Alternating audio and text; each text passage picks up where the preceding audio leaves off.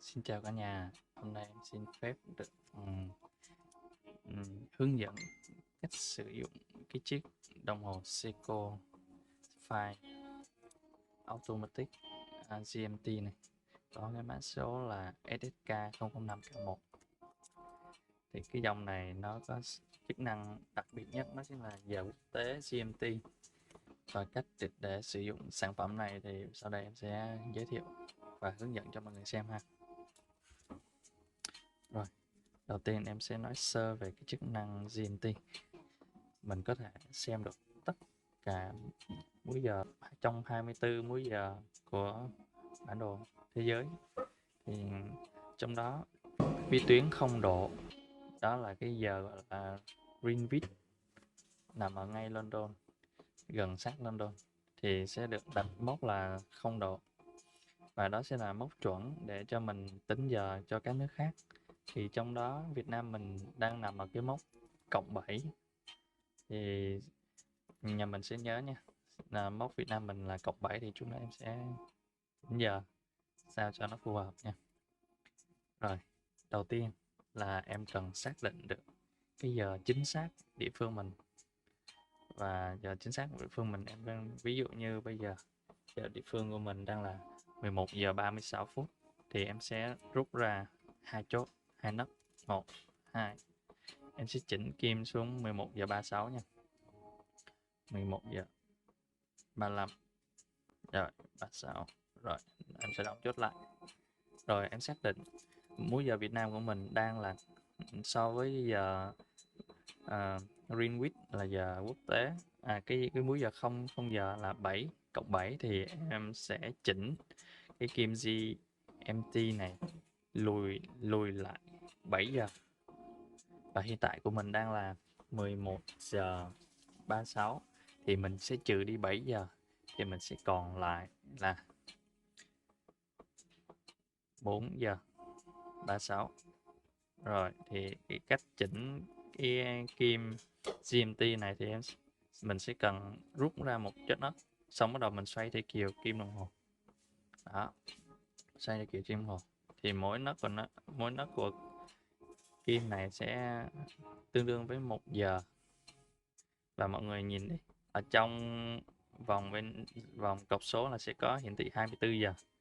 Thì hồi nãy là cái múi giờ của Việt Nam mình là 11 giờ, thì mình nhanh hơn giờ Greenwich là 7 tiếng, thì mình sẽ trừ đi 7 sẽ còn 4. Thì giờ em sẽ chỉnh tới số 4 nè, số 2, số 3, số 4.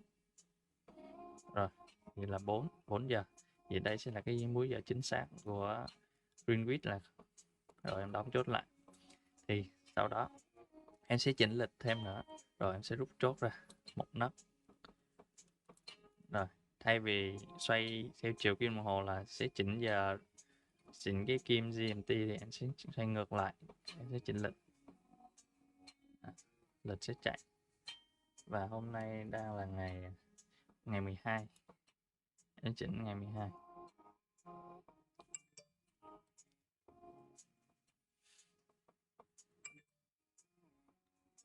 11, 12. Rồi, sau đó em đóng chốt lại. Rồi, vậy là hiện tại là em đang có biết được là múi giờ hiện tại của mình đang là 11 giờ 30, 11 giờ mà 40. Còn múi giờ Greenwich đang là 4 giờ, gần 5 giờ đó. Cái múi giờ này chuẩn bị 5 giờ này. Rồi, thì bây giờ em sẽ xác định nha. Em sẽ để cái vòng benzen này mặc định là 12 giờ.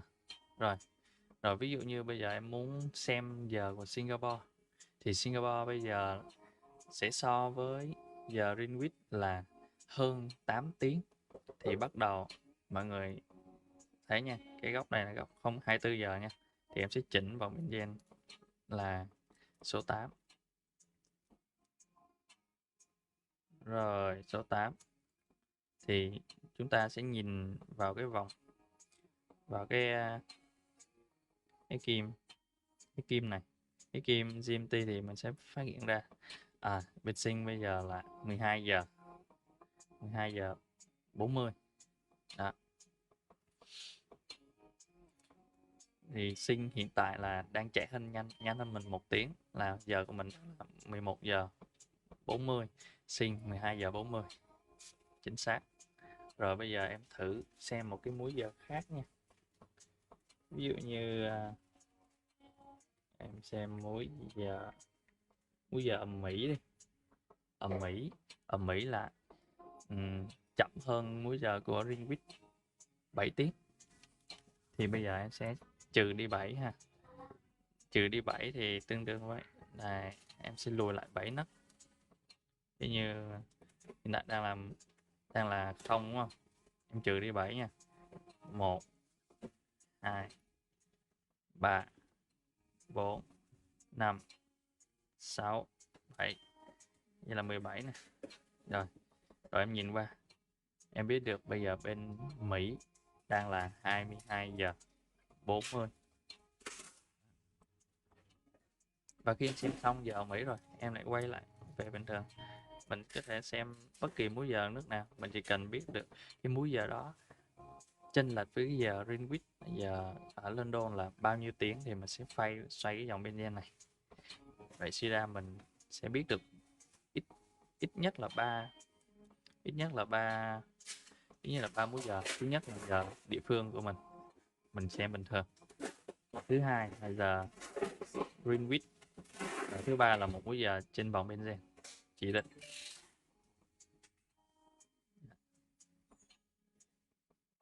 Rồi. Xin kết thúc video tại đây và sẽ viết soạn một bài thảo ở dưới comment và em sẽ để lại thông tin của mình. Nếu mà anh chị nào mà chưa hiểu thì có thể gọi điện thoại và liên hệ với em sẽ hướng dẫn cho. Dạ rồi.